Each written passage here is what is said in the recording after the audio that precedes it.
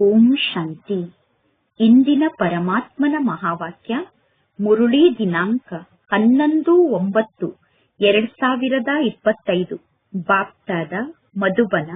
ಮಧುರ ಮಕ್ಕಳೇ, ನೀವೀಗ ಇಡೀ ಜಗತ್ತಿಗೆ ಸತ್ಯ ಮಿತ್ರರಾಗಿದ್ದೀರಾ. ಈಗ ಯಾರ ಜೊತೆಗೂ ನಿಮಗೆ ಶತ್ರುತ್ವ ಇರಬಾರದು. ಇಂದಿನ ಪ್ರಶ್ನೆಯಾಗಿದೆ, ನೀವು ಆತ್ಮಿಕ ಮಿಲಿಟರಿಯವರಾಗಿದ್ದೀರಾ.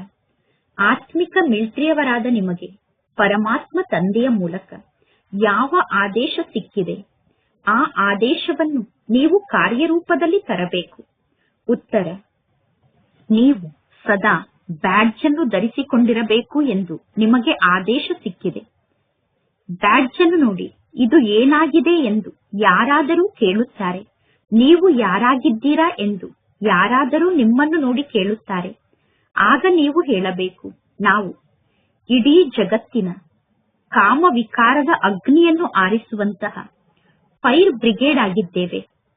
ಈ ಸಮಯದಲ್ಲಿ ಇಡೀ ಜಗತ್ತು ಕಾಮವಿಕಾರದ ಅಗ್ನಿಯಲ್ಲಿ ಹೊತ್ತಿಕೊಂಡು ಉರಿಯುತ್ತಿದೆ. ಈಗ ನೀವು ಪವಿತ್ರರಾಗಿ ಮತ್ತು ದೈವಿ ಗುಣವನ್ನು ಧಾರಣೆ ಮಾಡಿಕೊಳ್ಳಿ. ಆಗ ನಿಮ್ಮ ನೌಕೆ ಪಾರಾಗುತ್ತದೆ ಅನ್ನುವ ಸಂದೇಶವನ್ನು ನಾವು ಎಲ್ಲರಿಗೂ ನೀಡುತ್ತೇವೆ. ಓಂ ಶಾಂತಿ. ಮಧುರಾತಿ ಮಧುರ ಆತ್ಮಿಕ ಮಕ್ಕಳು, ಸಹಜ ರೂಪದಲ್ಲಿ ತಂದೆಯ ನೆನಪಿನಲ್ಲಿ ಕುಳಿತಿದ್ದೀರಾ.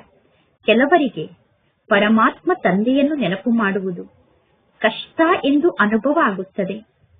ಯೋಗದಲ್ಲಿ ಕುಳಿತಾಗ ನಾವು ಟೈಟ್ ಆಗಿ ಕುಳಿತುಕೊಳ್ಳಬೇಕು ಅಥವಾ ಸ್ಟ್ರಿಕ್ಟ್ ಆಗಿ ಕುಳಿತುಕೊಳ್ಳಬೇಕು ಎಂದು ಬಹಳಷ್ಟು ಜನ ಮಕ್ಕಳು ಯೋಗದಲ್ಲಿ ಗೊಂದಲಕ್ಕೊಳಗಾಗುತ್ತಾರೆ. ಪರಮಾತ್ಮ ತಂದೆ ತಿಳಿಸುತ್ತಾರೆ, ಯೋಗದಲ್ಲಿ ಟೈಟ್ ಆಗಿ ಅಥವಾ ಸ್ಟ್ರಿಕ್ಟ್ ಆಗಿ ಕುಳಿತುಕೊಳ್ಳಬೇಕು ಅನ್ನುವ ಯಾವ ಮಾತು ಇಲ್ಲ. ನೀವು ಹೇಗೆ ಬೇಕಾದರೂ ಕುಳಿತುಕೊಳ್ಳಿ, ಆದರೆ ಕೇವಲ ಒಬ್ಬ ತಂದೆಯನ್ನು ನೆನಪು ಮಾಡಬೇಕು. ತಂದೆಯನ್ನು ನೆನಪು ಮಾಡುವ ಮಾತಿನಲ್ಲಿ ಯಾವ ಕಷ್ಟವೂ ಇಲ್ಲ. ಆ ಹಠಯೋಗಿಗಳು ಟೈಟ್ ಆಗಿ ಕುಳಿತುಕೊಳ್ಳುತ್ತಾರೆ. ಜಗತ್ತಿನಲ್ಲಿರುವ ಹಠಯೋಗಿಗಳು ಟೈಟ್ ಆಗಿ ಕುಳಿತುಕೊಳ್ಳುತ್ತಾರೆ.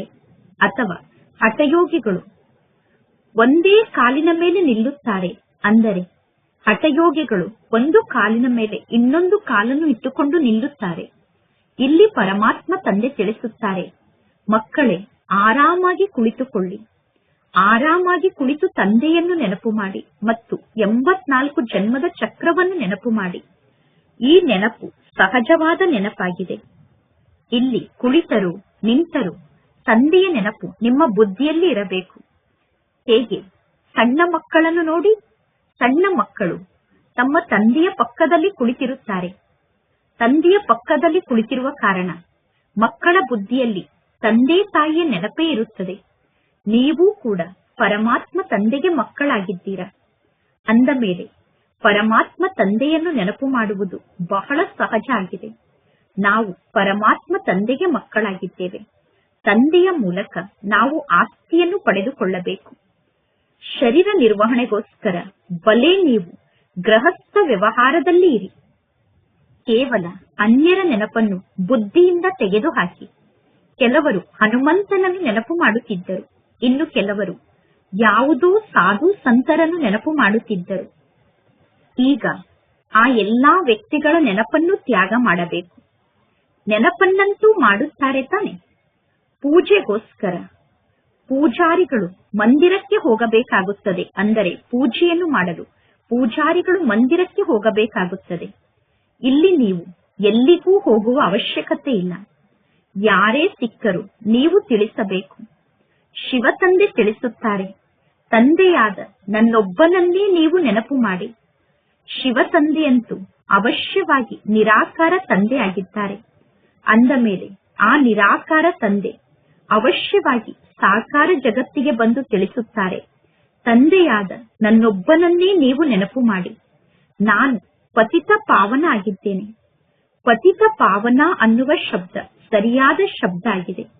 ಪರಮಾತ್ಮ ತಂದೆ ತಿಳಿಸುತ್ತಾರೆ, ತಂದೆಯಾದ ನನ್ನನ್ನು ನೀವು ನೆನಪು ಮಾಡಿ.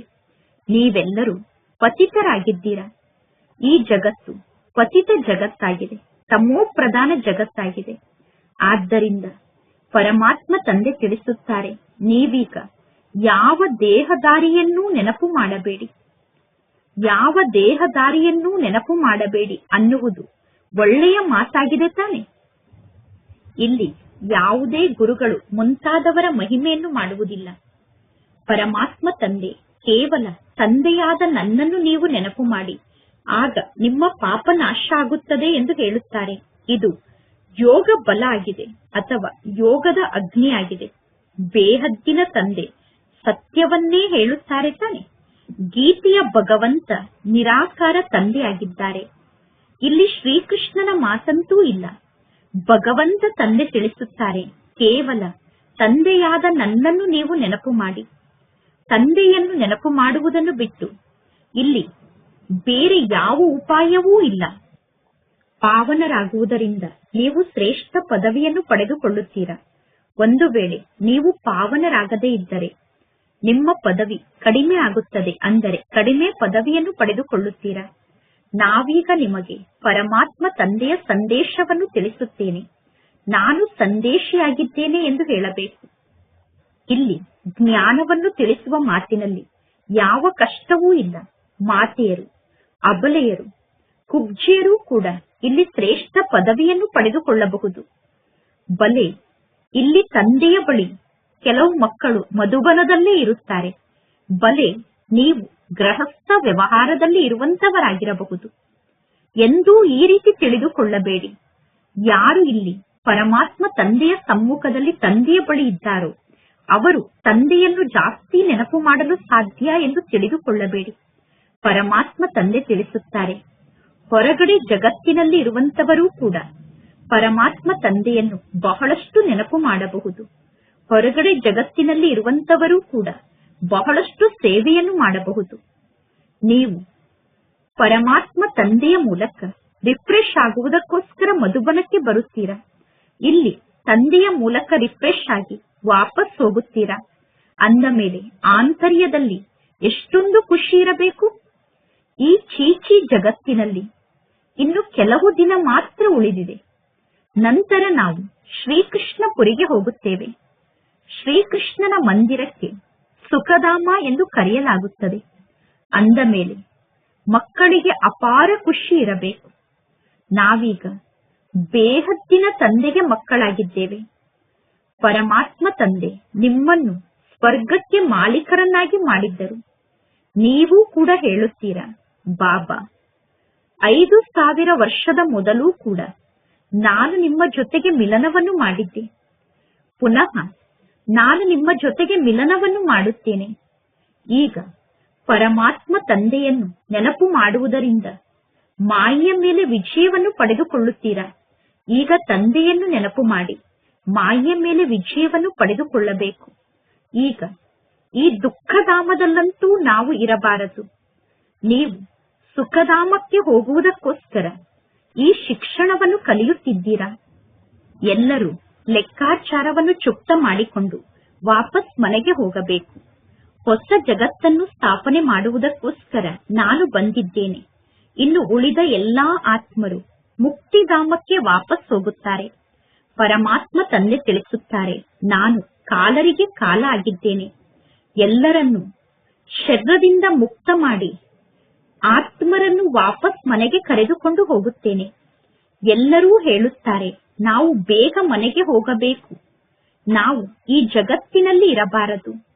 ಇದಂತೂ ಹಳೆಯ ಜಗತ್ತಾಗಿದೆ ಮತ್ತು ಈ ಶರೀರ ಹಳೆಯ ಶರೀರ ಆಗಿದೆ. ಈಗ ಪರಮಾತ್ಮ ತಂದೆ ತಿಳಿಸುತ್ತಾರೆ, ನಾನು ಎಲ್ಲರನ್ನೂ ವಾಪಸ್ ಮನೆಗೆ ಕರೆದುಕೊಂಡು ಹೋಗುತ್ತೇನೆ. ಯಾರನ್ನೂ ಕೂಡ ಬಿಟ್ಟು ಹೋಗುವುದಿಲ್ಲ. ಹೇ ಪತಿತ ಪಾವನ ಬನ್ನಿ ಎಂದು ನೀವೆಲ್ಲರೂ ತಂದೆಯನ್ನು ಕೂಗಿ ಕರೆದಿದ್ದೀರಾ. ಬಲೆ, ತಂದೆಯನ್ನು ನೆನಪು ಮಾಡುತ್ತಿರುತ್ತಾರೆ. ಆದರೆ ಏಕೆ ತಂದೆಯನ್ನು ನೆನಪು ಮಾಡುತ್ತೇವೆ ಅನ್ನುವ ಮಾತಿನ ಅರ್ಥ ಜನರಿಗೆ ಗೊತ್ತಿಲ್ಲ. ಪತಿತ ಪಾವನ ಎಂದು ಎಷ್ಟೊಂದು ಕೂಗಿ ಕರೆಯುತ್ತಿರುತ್ತಾರೆ. ಪುನಃ ಹೇಳುತ್ತಾರೆ, ರಘುಪತಿ ರಾಘವ ರಾಜಾರಾಮ್ ಎಂದು. ಈಗ ಶಿವ ತಂದೆಯಂತೂ ರಾಜ ಆಗುವುದಿಲ್ಲ. ಶಿವ ತಂದೆ ರಾಜ್ಯವನ್ನು ಆಳುವುದಿಲ್ಲ. ಶಿವ ತಂದೆಗೆ ರಾಜಾರಾಮ್ ಎಂದು ಕರೆಯುವುದು ತಪ್ಪಾಗಿ ಬಿಡುತ್ತದೆ. ಯಾವಾಗ ಮಾಲೆಯನ್ನು ಜಪ ಮಾಡುತ್ತಾರೋ ಆಗ ರಾಮ ರಾಮ ಎಂದು ಹೇಳುತ್ತಾರೆ. ರಾಮ ರಾಮ ಎಂದು ಹೇಳಿದಾಗ ಭಗವಂತ ತಂದೆಯ ನೆನಪು ಬರುತ್ತದೆ. ಭಗವಂತ ತಂದೆಯಂತೂ ಶಿವ ತಂದೆ ಆಗಿದ್ದಾರೆ. ಮನುಷ್ಯರಿಗೆ ಅನೇಕ ಹೆಸರನ್ನು ಇಡಲಾಗಿದೆ. ಶ್ರೀಕೃಷ್ಣನಿಗೆ ಶ್ಯಾಮ ಸುಂದರ, ವೈಕುಂಠನಾಥ, ಬೆಣ್ಣೆಯ ಕಳ್ಳ ಮುಂತಾದ ಅನೇಕ ಹೆಸರನ್ನು ಇಡುತ್ತಾರೆ. ಈಗ ನೀವು ಶ್ರೀಕೃಷ್ಣನಿಗೆ ಬೆಣ್ಣೆಯ ಕಳ್ಳ ಎಂದು ಕರೆಯುತ್ತೀರೇನು? ಖಂಡಿತವಾಗಿಯೂ ಕರೆಯುವುದಿಲ್ಲ. ಈಗ ನಿಮಗೆ ಗೊತ್ತಿದೆ, ಭಗವಂತ ತಂದೆ ಕೇವಲ ಒಬ್ಬ ನಿರಾಕಾರ ತಂದೆಯಾಗಿದ್ದಾರೆ. ಯಾವ ದೇಹದಾರಿಗಳಿಗೂ ಕೂಡ ಭಗವಂತ ಎಂದು ಕರೆಯಲು ಸಾಧ್ಯ ಇಲ್ಲ. ಬ್ರಹ್ಮ, ವಿಷ್ಣು, ಶಂಕರರಿಗೂ ಕೂಡ ಭಗವಂತ ಎಂದು ಕರೆಯಲು ಸಾಧ್ಯ ಇಲ್ಲ. ಅಂದ ಮೇಲೆ ಪುನಃ ಮನುಷ್ಯರು ಸ್ವಯಂವನ್ನು ಭಗವಂತ ಎಂದು ಹೇಗೆ ಹೇಳಿಕೊಳ್ಳಲು ಸಾಧ್ಯ? ವೈಜಯಂತಿ ಮಾಲೆ ಅಂದರೆ ಕೇವಲ 108 ಮಣಿಗಳ ಮಾಲೆಯಾಗಿದೆ ಎಂದು ಗಾಯನವನ್ನು ಮಾಡಲಾಗುತ್ತದೆ. ಶಿವ ತಂದೆ ಸ್ವರ್ಗವನ್ನು ಸ್ಥಾಪನೆ ಮಾಡಿದ್ದರು.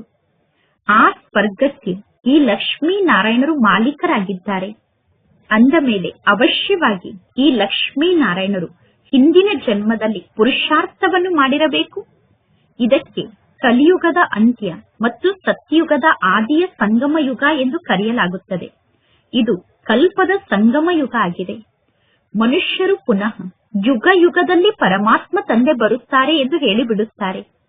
ಪರಮಾತ್ಮ ತಂದೆ ಅವತರಿತ ಆಗುತ್ತಾರೆ ಅನ್ನುವ ಮಾತನ್ನು ಮರೆತು ಪರಮಾತ್ಮ ತಂದೆ ಕಲ್ಲಿನಲ್ಲಿ ಇದ್ದಾರೆ, ಮಣ್ಣಿನಲ್ಲಿ ಇದ್ದಾರೆ, ಕಣಕಣದಲ್ಲೂ ಪರಮಾತ್ಮ ಇದ್ದಾರೆ ಎಂದು ಹೇಳಿಬಿಡುತ್ತಾರೆ. ಈ ರೀತಿ ಹೇಳುವುದು ಕೂಡ ನಾಟಕದಲ್ಲಿ ಫಿಕ್ಸ್ ಆಗಿದೆ. ಮೊದಲು ಎಷ್ಟೆಲ್ಲ ಮಾತು ನಡೆದು ಹೋಗಿದೆಯೋ ಅದಕ್ಕೆ ನಾಟಕ ಎಂದು ಕರೆಯಲಾಗುತ್ತದೆ. ಯಾರ ಜೊತೆಗಾದರೂ ಜಗಳ ಆದರೆ ಆ ಜಗಳದ ಸಮಯ ಪಾಸ್ ಆಯಿತು ಅಂದ ಮೇಲೆ ಆ ಜಗಳದ ಮಾತಿನ ಬಗ್ಗೆ ಚಿಂತನೆಯನ್ನು ಮಾಡಬಾರದು. ಒಳ್ಳೆಯದು, ಯಾರಾದರೂ ಕಡಿಮೆ ಮಾತನ್ನು ಮಾತನಾಡಿದರೆ ಅಥವಾ ಜಾಸ್ತಿ ಮಾತನ್ನು ಮಾತನಾಡಿದರೆ ನೀವು ಅದನ್ನು ಮರೆತು ಬಿಡಿ. ಕಲ್ಪದ ಮೊದಲು ಕೂಡ ಇವರು ಇದೇ ರೀತಿ ಮಾತನಾಡಿದ್ದರು.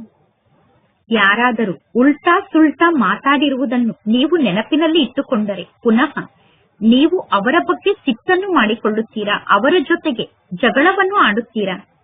ಅಂತಹ ಮಾತನ್ನು ಪುನಃ ಎಂದೂ ಮಾತನಾಡಬೇಡಿ. ಯಾವುದು ತಪ್ಪು ಮಾತಾಗಿದೆಯೋ ಅಂತಹ ಮಾತನ್ನು ಎಂದೂ ಮಾತನಾಡಬೇಡಿ. ಈಗ ಮಕ್ಕಳಾದ ನೀವು ಪರಮಾತ್ಮ ತಂದೆಯ ಸೇವೆಯನ್ನು ಮಾಡಬೇಕು. ಸೇವೆಯಲ್ಲಿ ಯಾವುದೇ ಪ್ರಕಾರದ ವಿಘ್ನ ಬರಬಾರದು. ಸೇವೆಯಲ್ಲಿ ಎಂದು ಸ್ವಯಂನ ವೀಕ್ನೆಸ್ ಅನ್ನು ತೋರಿಸಬಾರದು, ದುರ್ಬಲತೆಯನ್ನು ತೋರಿಸಬಾರದು. ಅಂದರೆ ಸೇವೆಯನ್ನು ಮಾಡುವ ಶಕ್ತಿ ನನಗೆ ಇಲ್ಲ ಎಂದು ಎಂದೂ ಹೇಳಬಾರದು. ಇದು ಶಿವ ತಂದೆಯ ಸೇವೆ ಆಗಿದೆ. ಈಶ್ವರನ ಸೇವೆಯನ್ನು ಮಾಡುವ ಮಾತಿನಲ್ಲಿ ಎಂದು ನನ್ನಿಂದ ಈ ಸೇವೆ ಆಗುವುದಿಲ್ಲ, ನಾನು ಈ ಸೇವೆಯನ್ನು ಮಾಡಲು ಸಾಧ್ಯ ಇಲ್ಲ ಎಂದು ಹೇಳಬಾರದು. ಇಲ್ಲದಿದ್ದರೆ ನಿಮ್ಮ ಪದವಿಯನ್ನು ನೀವೇ ಭ್ರಷ್ಟ ಮಾಡಿಕೊಳ್ಳುತ್ತೀರಾ. ಪರಮಾತ್ಮ ತಂದೆಗೆ ಸಹಯೋಗಿಗಳಾಗಿದ್ದೀರಾ ಅಂದ ಮೇಲೆ ಪರಮಾತ್ಮ ತಂದೆಗೆ ಸಂಪೂರ್ಣ ಸಹಯೋಗವನ್ನು ನೀಡಬೇಕು. ಪರಮಾತ್ಮ ತಂದೆಯ ಸೇವೆಯನ್ನು ಮಾಡುವ ಮಾತಿನಲ್ಲಿ ಸ್ವಲ್ಪ ಕೂಡ ತಂದೆಗೆ ಮೋಸವನ್ನು ಮಾಡಬಾರದು. ಎಲ್ಲರಿಗೂ ತಂದೆಯ ಸಂದೇಶವನ್ನು ತಲುಪಿಸಬೇಕು. ಪರಮಾತ್ಮ ತಂದೆ ತಿಳಿಸುತ್ತಾರೆ, ಮ್ಯೂಸಿಯಂಗೆ ಎಂತಹ ಹೆಸರನ್ನು ಇಡಬೇಕು ಅಂದರೆ ಆ ಹೆಸರನ್ನು ನೋಡಿ ಮನುಷ್ಯರು ಒಳಗಡೆ ಬರಬೇಕು ಮತ್ತು ಬಂದು ಜ್ಞಾನವನ್ನು ಅರ್ಥ ಮಾಡಿಕೊಳ್ಳಬೇಕು. ಏಕೆಂದರೆ ಇದು ಸಂಪೂರ್ಣ ಹೊಸ ಮಾತಾಗಿದೆ. ಮನುಷ್ಯರು ಹೊಸ ಮಾತನ್ನು ನೋಡಿ ಒಳಗಡೆ ಬರುತ್ತಾರೆ. ಮ್ಯೂಸಿಯಂನ ಹೊರಗಡೆ ಅಂತಹ ಹೊಸ ಹೆಸರನ್ನು ಬರೆದಿದ್ದರೆ ಆ ಹೊಸ ಹೆಸರನ್ನು ನೋಡಿ ಮನುಷ್ಯರು ಒಳಗಡೆ ಬರುತ್ತಾರೆ. ವರ್ತಮಾನ ಸಮಯದಲ್ಲಿ ವಿದೇಶದಿಂದ ಕೂಡ ಅನೇಕರು ಬರುತ್ತಾರೆ. ಭಾರತದ ಪ್ರಾಚೀನ ಯೋಗವನ್ನು ಕಲಿಯುವುದಕ್ಕೋಸ್ಕರ ಅನೇಕರು ವಿದೇಶದಿಂದ ಬರುತ್ತಾರೆ. ಈಗ ಪ್ರಾಚೀನ ಅಂದರೆ ಬಹಳಷ್ಟು ಹಳೆಯದಾದ ಯೋಗ ಆಗಿದೆ. ಆ ಯೋಗವನ್ನು ಭಗವಂತ ತಂದೆ ಕಲಿಸಿರಬೇಕು. ಆ ಯೋಗವನ್ನು ತಂದೆ ಕಲಿಸಿ 5000 ವರ್ಷ ಆಗಿದೆ. ಸತ್ಯುಗ ಮತ್ತು ತ್ರೇತಾಯುಗದಲ್ಲಿ ಈ ಯೋಗ ಇರುವುದಿಲ್ಲ. ಯಾರು ಯೋಗವನ್ನು ಕಲಿಸಿದರೋ ಅವರಂತೂ ಹೊರಟು ಹೋದರು. ನಂತರ ಪುನಃ ಯಾವಾಗ 5000 ವರ್ಷದ ನಂತರ ತಂದೆ ಬರುತ್ತಾರೋ ಆಗ ರಾಜಯೋಗವನ್ನು ಕಲಿಸುತ್ತಾರೆ. ಪ್ರಾಚೀನ ಅಂದರೆ 5000 ವರ್ಷದ ಮೊದಲು ಕೂಡ ಭಗವಂತ ತಂದೆ ಯೋಗವನ್ನು ಕಲಿಸಿದ್ದರು. ಅದೇ ಭಗವಂತ ತಂದೆ ಪುನಃ ಸಂಗಮ ಯುಗದಲ್ಲಿ ಬಂದು ರಾಜಯೋಗವನ್ನು ಕಲಿಸುತ್ತಾರೆ. ಆ ಯೋಗದ ಮೂಲಕ ನೀವು ಪಾವನ ಆಗಬಹುದು. ಈ ಸಮಯದಲ್ಲಿ ಸತ್ವ ಕೂಡ ತಮೋ ಪ್ರಧಾನ ಆಗಿದೆ. ನೀರು ಕೂಡ ಎಷ್ಟೊಂದು ನಷ್ಟವನ್ನು ಮಾಡುತ್ತದೆ. ಬಹಳಷ್ಟು ತೊಂದರೆಗಳು ಬರುತ್ತಿರುತ್ತದೆ. ಅಂದರೆ ಪ್ರಕೃತಿಯ ಮೂಲಕ ಉಪದ್ರವ ನಡೆಯುತ್ತಿರುತ್ತದೆ. ಈ ಹಳೆಯ ಜಗತ್ತಿನಲ್ಲಿ ಬಹಳಷ್ಟು ತೊಂದರೆಗಳು ಬರುತ್ತದೆ. ಸತ್ಯಯುಗದಲ್ಲಿ ಇಂತಹ ತೊಂದರೆ ಅಥವಾ ಉಪದ್ರವದ ಮಾತೇ ಇರುವುದಿಲ್ಲ. ಸತ್ಯಯುಗದಲ್ಲಿ ಪ್ರಕೃತಿ ದಾಸಿಯಾಗಿ ಬಿಡುತ್ತದೆ. ಈ ಸಮಯದಲ್ಲಿ ಪ್ರಕೃತಿ ಶತ್ರುವಾಗಿ ದುಃಖವನ್ನು ನೀಡುತ್ತದೆ. ಈ ಲಕ್ಷ್ಮೀನಾರಾಯಣರ ರಾಜ್ಯದಲ್ಲಿ ದುಃಖದ ಮಾತೇ ಇರಲಿಲ್ಲ. ಲಕ್ಷ್ಮೀನಾರಾಯಣರ ರಾಜ್ಯ ಇದ್ದಾಗ ಸತ್ಯುಗ ಇತ್ತು. ಈಗ ಪುನಃ ಆ ಸತ್ಯುಗ ಸ್ಥಾಪನೆ ಆಗುತ್ತಾ ಇದೆ.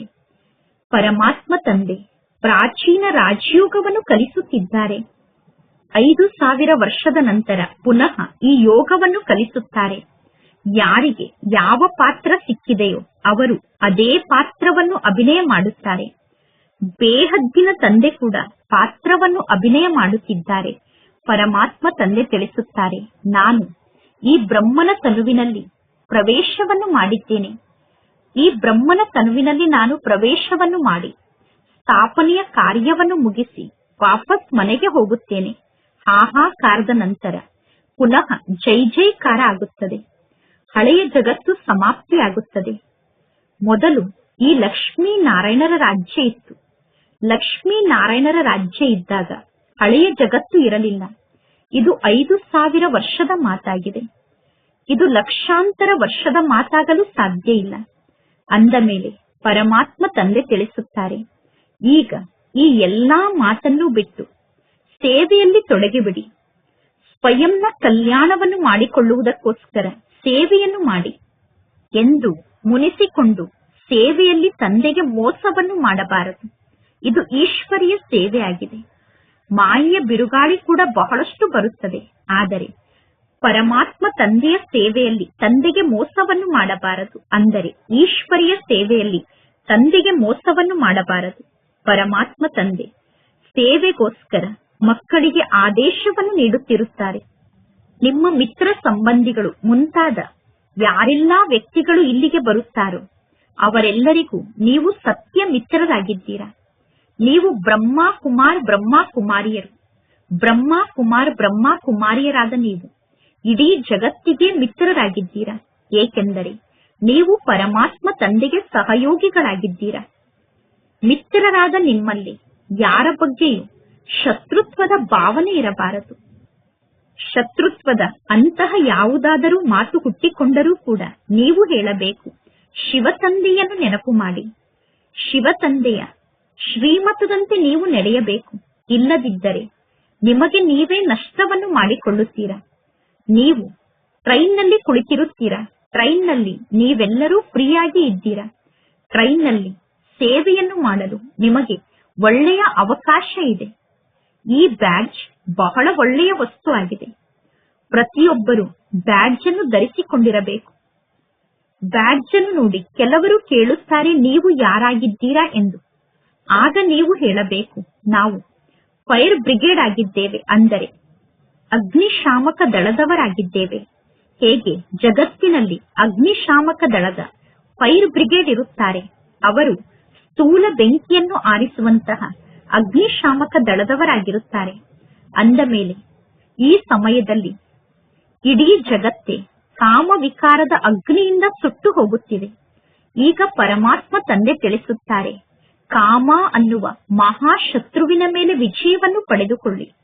ಪರಮಾತ್ಮ ತಂದೆಯನ್ನು ನೆನಪು ಮಾಡಿ ಪವಿತ್ರರಾಗಿ ದೈವಿ ಗುಣವನ್ನು ಧಾರಣೆ ಮಾಡಿಕೊಳ್ಳಿ.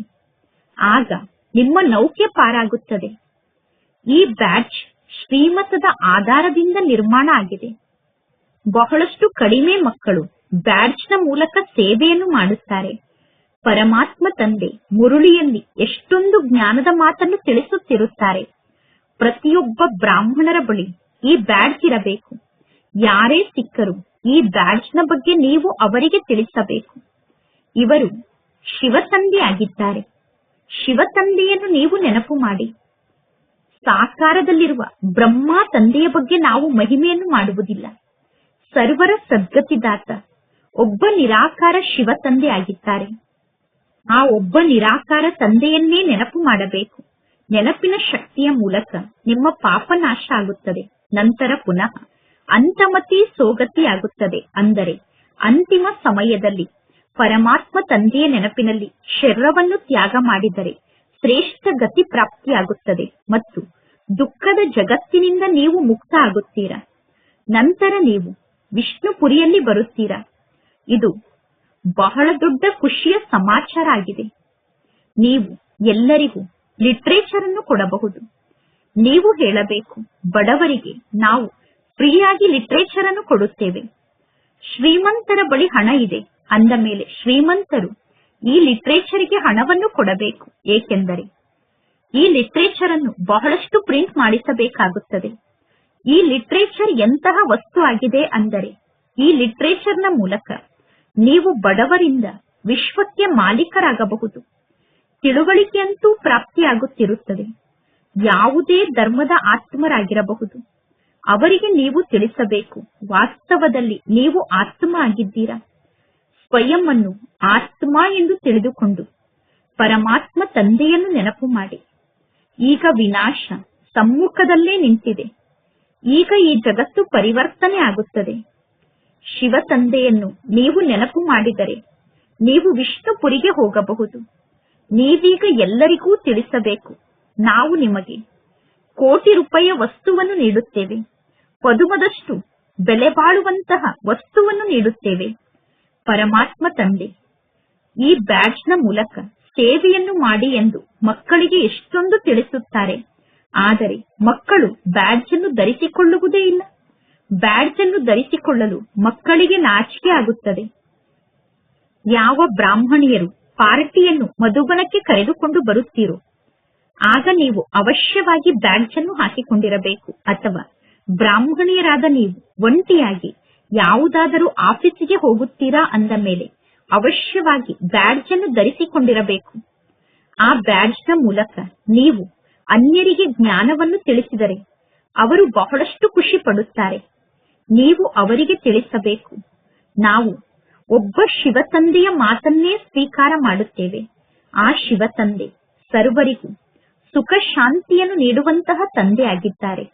ಆ ತಂದೆಯನ್ನು ನೀವು ನೆನಪು ಮಾಡಿ. ಪತಿತ ಆತ್ಮರು ವಾಪಸ್ ಮನೆಗೆ ಹೋಗಲು ಸಾಧ್ಯ ಇಲ್ಲ. ಈಗ ಈ ಹಳೆಯ ಜಗತ್ತು ಪರಿವರ್ತನೆ ಆಗುತ್ತಿದೆ.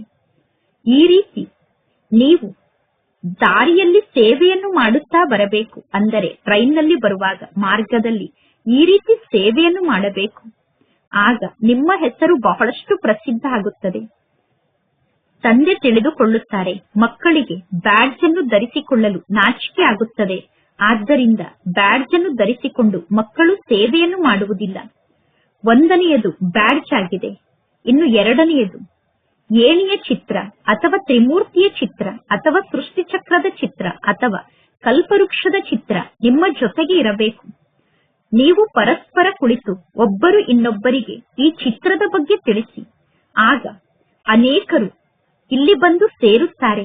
ಇಲ್ಲಿ ನೀವು ಯಾವ ಮಾತಿನ ಬಗ್ಗೆ ತಿಳಿಸುತ್ತಿದ್ದೀರಾ, ಇದು ಏನಾಗಿದೆ ಎಂದು ಅವರು ನಿಮ್ಮನ್ನು ನೋಡಿ ಪ್ರಶ್ನೆ ಮಾಡುತ್ತಾರೆ.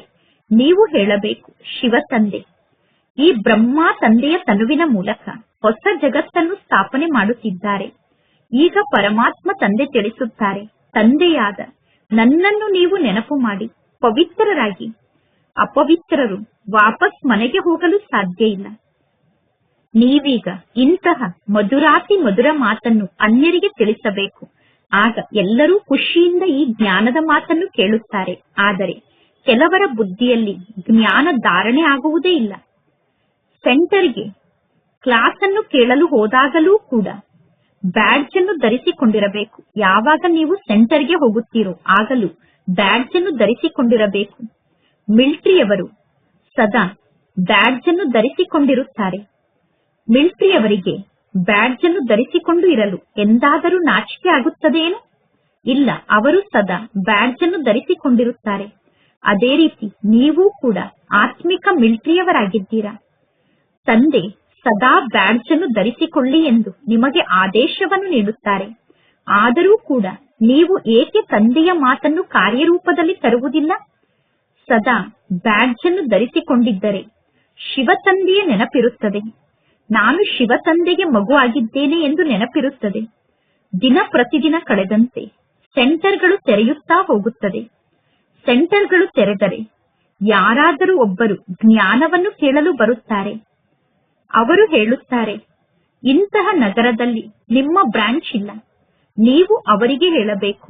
ಯಾರಾದರೂ ಬ್ರಾಂಚ್ ಅನ್ನು ತೆರೆಯಲು ವ್ಯವಸ್ಥೆಯನ್ನು ಮಾಡಿಕೊಟ್ಟರೆ, ಮನೆ ಮುಂತಾದದ್ದರ ವ್ಯವಸ್ಥೆಯನ್ನು ಮಾಡಿ ನಿಮಂತ್ರಣವನ್ನು ನೀಡಿದರೆ ನಾವು ಬಂದು ಸೇವೆಯನ್ನು ಮಾಡುತ್ತೇವೆ ಎಂದು ಮಕ್ಕಳಲ್ಲಿ ಸಾಹಸ ಇದ್ದರೆ ಪರಮಾತ್ಮ ತಂದೆ ತಿಳಿಸುತ್ತಾರೆ, ಸೆಂಟರ್ ಅನ್ನು ತೆರೆಯಿರಿ, ಸೇವೆಯನ್ನು ಮಾಡಿ ಎಂದು. ಈ ಎಲ್ಲಾ ಸೆಂಟರ್ಗಳು ಶಿವ ತಂದೆಯ ಅಂಗಡಿಗಳಾಗಿದೆ. ಮಕ್ಕಳ ಮೂಲಕ ತಂದೆ ಈ ಸೆಂಟರ್ಗಳನ್ನು ನಡೆಸುತ್ತಿದ್ದಾರೆ. ಒಳ್ಳೆಯದು. ಮಧುರಾತಿ ಮಧುರ ಅಗಲಿ ಹೋಗಿ ಮರಳಿ ಸಿಕ್ಕಿರುವ ಮಕ್ಕಳ ಪ್ರತಿ ಮಾತ್ಪಿತಾ ಬಾಪ್ತಾದರವರ ನೆನಪು, ಪ್ರೀತಿ ಹಾಗೂ ಸುಪ್ರಭಾತ. ಆತ್ಮಿಕ ಮಕ್ಕಳಿಗೆ ಆತ್ಮಿಕ ತಂದೆಯ ನಮಸ್ತೆ. ಆತ್ಮಿಕ ತಂದೆಗೆ ಆತ್ಮಿಕ ಮಕ್ಕಳ ನೆನಪು, ಪ್ರೀತಿ ಹಾಗೂ ನಮಸ್ತೆ ನಮಸ್ತೆ ನಮಸ್ತೆ. ಧಾರಣೆಗೋಸ್ಕರ ಮುಖ್ಯ ಸಾರ. ಫಸ್ಟ್ ಪಾಯಿಂಟ್, ಎಂದೂ ಕೂಡ ಪರಸ್ಪರ ಮುನಿಸಿಕೊಂಡು ಸೇವೆಯಲ್ಲಿ ಮೋಸವನ್ನು ಮಾಡಬಾರದು. ಎಂದು ವಿಘ್ನರೂಪ ಆಗಬಾರದು. ನಿಮ್ಮ ವೀಕ್ನೆಸ್ ಅನ್ನು ತೋರಿಸಬಾರದು. ಅಂದರೆ ಸೇವೆಯನ್ನು ಮಾಡುವ ಶಕ್ತಿ ನನಗೆ ಇಲ್ಲ ಎಂದು ದುರ್ಬಲತೆಯನ್ನು ತೋರಿಸಬಾರದು. ಪರಮಾತ್ಮ ತಂದೆಗೆ ಸಂಪೂರ್ಣ ಸಹಯೋಗಿಗಳಾಗಬೇಕು.